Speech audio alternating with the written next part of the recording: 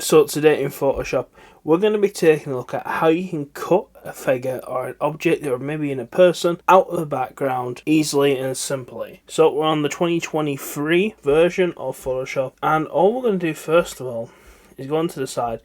I'm going to use the quick selection tool. Now as you can see here, we're hovering over this object that we want to cut out. We simply just click on it. Now we have our dotted outline, as you can see here. As you can see around the outline of the figure, we have this movement line. So now all we do, once we are happy with our selection, you can always use the quick selection plus and minus just to move them around. But we're just doing it quickly here, so we're going to click select a mask. Now this will take a few seconds to load in, and now we're in here. But this isn't necessarily perfect because you can see we have a gap between the legs. So if we zoom into our model, and we're just going to click the minus tool at the top, you have a plus and a minus, and obviously the size is the size of your brush. First of all, we want to click plus because we've accidentally missed a bit here. We can just fill this in, and eventually Photoshop will recognize that this is like part of the thing.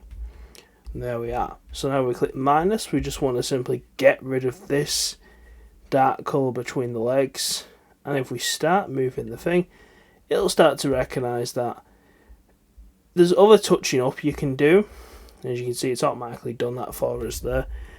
There is touching up that you can do around the edges, but this is pretty good, and we just want to show you fastly. You can play around with the plus and the minus and the brush to get it exact how you want, but that's already pretty good enough. So once we've done this, on this right hand side of this panel, we just want to scroll down to output to new layer with layer mask. We just want to click OK, and we zoom out. You can now see that we have our cutout object, and it's pretty good. The cutout's pretty good.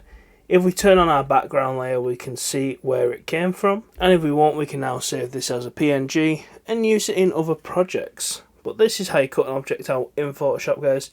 Hope you found that useful. Please like, comment and subscribe, and I'll see you next time.